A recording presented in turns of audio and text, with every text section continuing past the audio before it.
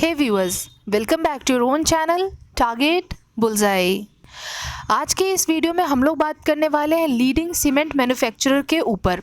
तो आपने टाइटल के थ्रू आपको पता चली गया होगा कि कौन सी कंपनी है, तो ये है जेके सीमेंट। तो बने रहिए वीडियो में आखिरी तक, क्योंकि हम लोग डिस्कस करने वाले हैं कंपनी के डिटेल्स के ऊपर और फिर हम बात करेंगे फंडामेंटल, टेक्निकल और देन हम चार्ट पे बात करेंगे कि इसके लेवल्स एंड टारगेट क्या निकल के आते हैं।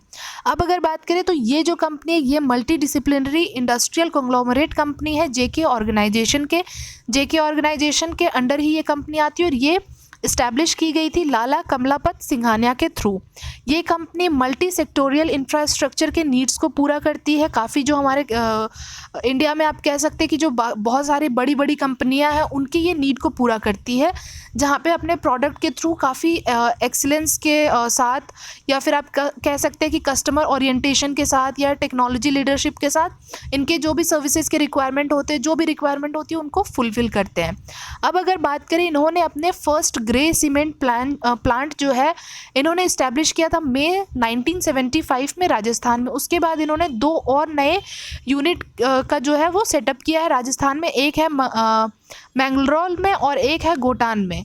उसके बाद इन्होंने 2009 में इन्होंने अपने और जो फुटप्रिंट है उसको और एक्सटेंड किया था, जहाँ पे इन्होंने ग्रीन फील्ड यूनिट को अपने इस्टेब्लिश किया है मुद्दापुर, जो कि कर्नाटका में, ताकि वहाँ के लोगों को या वहाँ के मार्केट में इनकी जो प्रोडक्ट्स है उसके एक्सेस मिल पाए साउथ वेस्ट इंडिया में।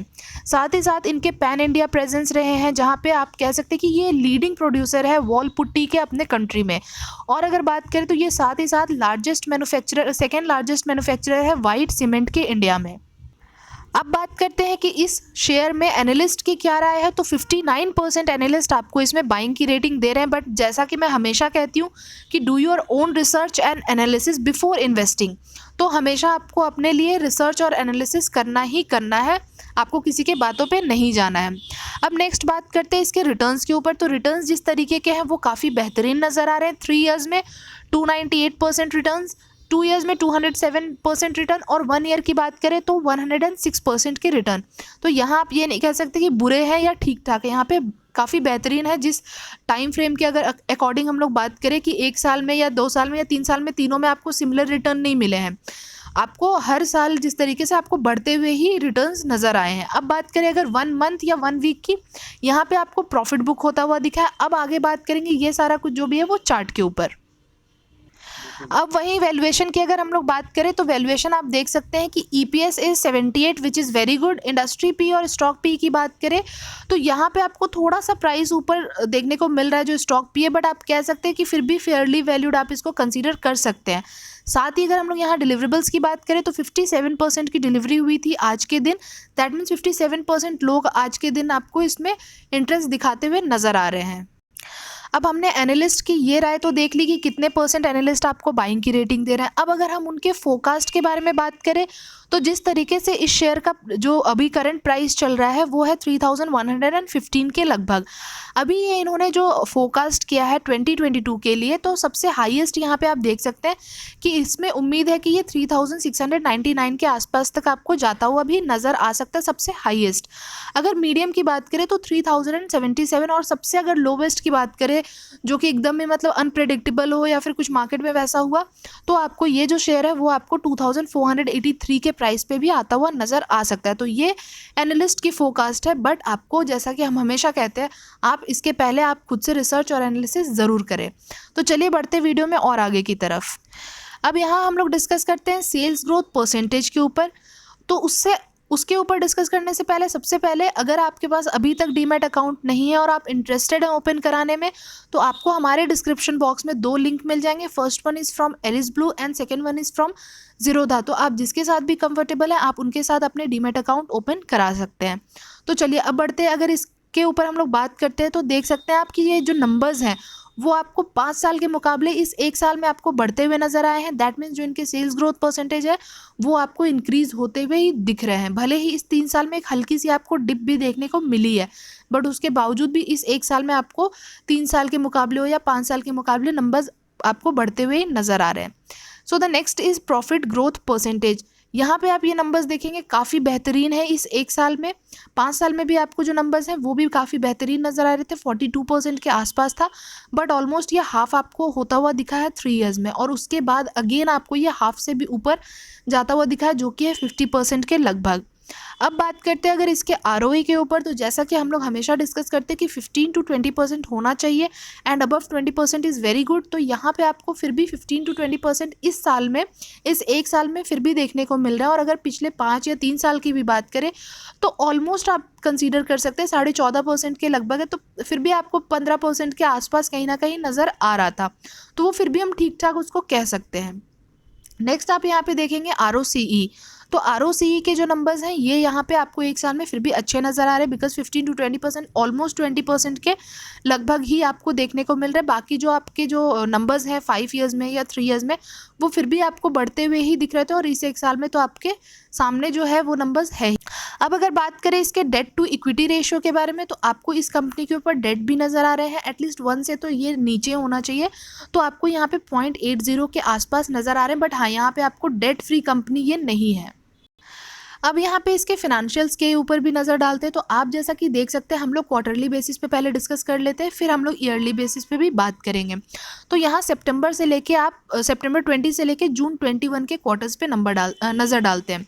तो सेल्स के अगर हम लोग नंबर्स देखें तो आपको यहाँ पे बढ़ते हुए टिल मार्च 21 तक तो आपको दिख रहे थे, बट जून 21 दैट मीन्स जो ये क्वार्टर है, जो कि Q1 22 के लिए, तो आपको यहाँ पे जो है वो डिप देखने को मिल रहा है पिछले क्वार्टर के मुकाबले। अब वहीं अगर हम लोग ऑपरेटिंग प्रॉफिट के ऊपर बात करें तो ऑपरेटिंग प्रॉफिट आपको दिसंबर 20 तक आपको बढ़ते हुए दिखे थे, उसके बाद आपको इसमें जो है वो गिरावट देखने को मिली है इस 2 क्वार्टर में। नेक्स्ट अगर बात करते हैं नेट प्रॉफिट, तो नेट प्रॉफिट के नंबर्स जो है वो आपको थ्रू आउट दी जो भी क्वार्टर्स रहे हैं आफ्टर 2020 सितंबर, उसके बाद आपको गिरते हुए ही नज़र आ रहे हैं। अब इसी चीज़ को एक बार हम लोग थोड़े जो है वो ईयरली बेसिस पे देख लेते हैं। अब इसी नंबर्स को हम लोग देखते हैं अगर ईयरली बेसिस पे, तो यहाँ पे भी हम लोग जो नंबर्स डिस्कस करने वाले हैं वो मार्च 2018 से लेके मार्च 21 तक डिस्कस करेंगे। और यहाँ जो सेल्स के नंबर्स है वो आप अगर देखेंगे तो 4,854 करोड़ से आपको इस साल बात करें तो 6,606 करोड़ के आसपास आपको आता हुआ दिखा है। दैट मीन्स यहाँ पे आपको थ्रू आउट द ईयर्स जो नंबर्स हैं वो बढ़ते हुए दिखे हैं, सेल्स के अच्छे ग्रोथ आपको नज़र आ रहे हैं। उसके बाद प्रॉफिट ग्रोथ की बात करें तो प्रॉफिट ग्रोथ के भी अगर नंबर्स आप देखेंगे तो यहाँ पे आपको इंक्रीमेंट होता हुआ ही नज़र आ रहा है, और प्रॉफिट में ही हर बार मतलब आपको जो है वो कंपाउंड होता हुआ ही दिख रहा है, प्रॉफिट आपको बढ़ते हुए ही दिख रहे हैं।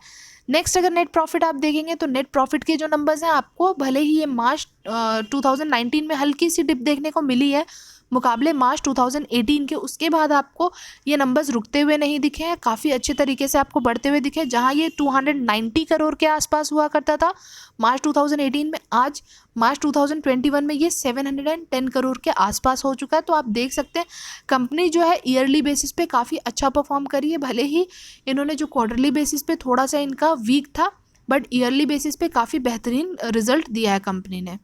अब बात करते हैं इसके शेयर होल्डिंग पैटर्न्स के ऊपर। यहाँ पे भी हम लोग 4 क्वार्टर के ऊपर बात करेंगे, सितंबर 20 से लेके जून 21 तक। तो यहाँ आपके जो प्रमोटर्स के होल्डिंग्स रहे हैं उसमें आपको थोड़े से फ्लक्चुएशंस देखने को मिले हैं, आपको धीरे धीरे कम होते हुए दिखे हैं, बट आपको बहुत मेजर चेंजेस नज़र नहीं आ रहे। जहाँ ये 58% हुआ करते थे वहीं आपको ये ऑलमोस्ट 57.63% के आसपास नज़र आ रहे हैं, तो काफ़ी क्लोज है आपके 58% के आसपास। वहीं अगर हम लोग FII के ऊपर बात करते हैं तो FII ने अपने होल्डिंग्स को बढ़ाया है और अच्छा बढ़ाया है, यहाँ पे 3% के आसपास आपको जंप देखने को मिलेगा अगर हम कंपेयर करते हैं सितंबर 20 से लेके जून 21 तक, क्योंकि आप देख सकते हैं जहाँ पे ये लगभग 14% के आसपास था, आज यहाँ पे आपको 17% के आसपास नज़र आ रहा है। वहीं अगर DIIs के नंबर्स देखेंगे तो उन्होंने अपने इंटरेस्ट को थोड़ा सा कट शॉर्ट किया है, उन्होंने भी 3% के आसपास कट शॉर्ट किया है मुकाबले सितंबर 20 के। आप यहाँ देख सकते हैं वो जो नंबर्स हैं, और बाकी पब्लिक के नंबर्स तो आप यहाँ देख ही रहे हैं, बहुत मेजर नंबर्स नज़र नहीं आ रहे हैं। अब यहाँ पे देख लेते हैं प्रमोटर्स के प्लेज के ऊपर। तो यहाँ आप देख सकते हैं किसी तरह का कोई भी प्लेज नहीं है प्रमोटर्स के ऊपर।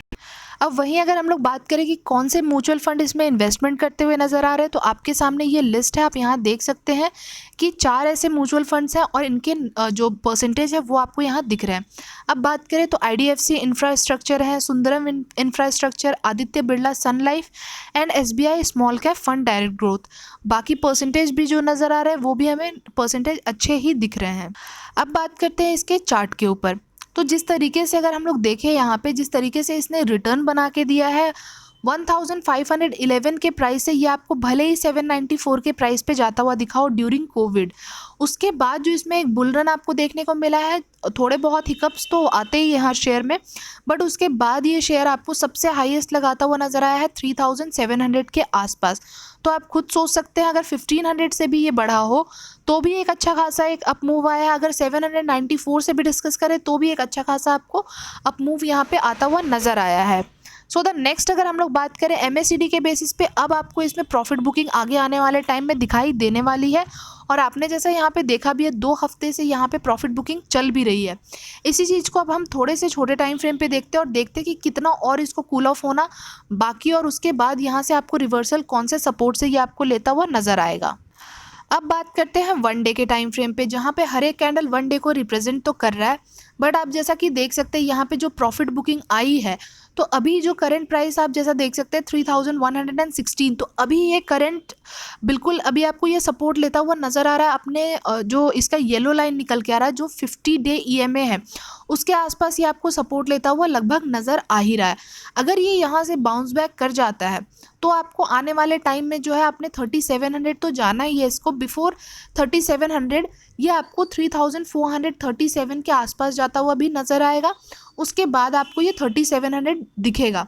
उसके बाद की अगर हम लोग बात करें कि और अगर हम लोग थोड़ा और लॉन्ग टाइम फ्रेम पे थोड़ा अगर इसको होल्ड करना चाहते हैं तो आपको कहाँ तक जाता हुआ दिखेगा, ये आपको 4100 तक भी आपको जाता हुआ नज़र आ सकता है। तो अपने टाइम फ्रेम के हिसाब से, अपनी एनालिसिस के हिसाब से आप चाहें तो आप इसमें होल्ड कर सकते हैं। अभी भी जो करंट लेवल है इसका, ये भी इन्वेस्टमेंट के पर्पज़ से ठीक है, बट आपने जैसा कि देखा है निफ्टी में और अभी जो मार्केट का हाल है, अभी हमें कोई भी ऐसा एक एक्शन नहीं करना, थोड़ा हमें वेट एंड वॉच भी करना है ताकि कॉन्फर्मेशन हमें मिल जाए कि ठीक है यहाँ से अब रिवर्स होने वाला है, देन वी कैन इन्वेस्ट। अभी आप यहाँ पे नज़र बनाए आप रख सकते हैं और उसके बेसिस पे आप जो भी है वो आप बाद में इन्वेस्टमेंट करें। अब अगर बात करें कि इसके नीचे भी अगर आता है, ये जो सपोर्ट है जहाँ पे ये सपोर्ट लेता हुआ दिख रहा है उसके भी नीचे आता है, तो ये आने वाले टाइम में आपको जो प्राइस निकल के आ रहा है ये 2984 के आसपास या उसके लगभग आपको लेता हुआ नज़र आएगा, क्योंकि लास्ट टाइम भी आपको यहाँ से ही बाउंस बैक एक दिखा भी था। तो आप चाहें तो आप ये नंबर्स भी ध्यान में रख सकते हैं। बाकी इसके ग्रीन लाइन के आसपास जो कि इसका 100 डे EMA के लगभग निकल के आ रहा है, जो नंबर्स आपके सामने होंगे 2950 के लगभग, तो ये आसपास के ही नंबर्स है। तो आप इन सारे नंबर्स पे आप नज़र बनाए रख सकते हैं। बहुत ज़्यादा नीचे तो आना नहीं चाहिए, बट अभी मार्केट बहुत आपको प्रॉफिट बुकिंग के फेज़ में नज़र आ रहा है, तो उसी तरह आप नज़र भी बनाए रखें और साथ ही साथ जो भी है वो एक बार कॉन्फर्मेशन के बाद ही आप इसमें इन्वेस्टमेंट के पर्पज़ से आप एंट्री कर सकते हैं। बाकी शेयर जो है वो काफ़ी अच्छा है। कंपनी के भी बारे में हमने डिस्कस किया, बाकी जो इसके फंडामेंटल्स हमने देखे हैं या फिर हमने जो चार्ट पे अभी डिस्कस किया, सब कुछ इसके स्ट्रॉन्ग ही दिख रहे हैं। तो आई थिंक आज के वीडियो में हमने काफ़ी कुछ डिस्कस कर लिया है। बाकी अगर इस वीडियो से रिलेटेड या किसी और वीडियो से रिलेटेड आपको कोई भी क्वेरी है, आप हमें कमेंट बॉक्स में पूछ सकते हैं। बाकी हम आपसे मिलेंगे नेक्स्ट वीडियो में बहुत ही जल्द। तब तक के लिए thank you and take care.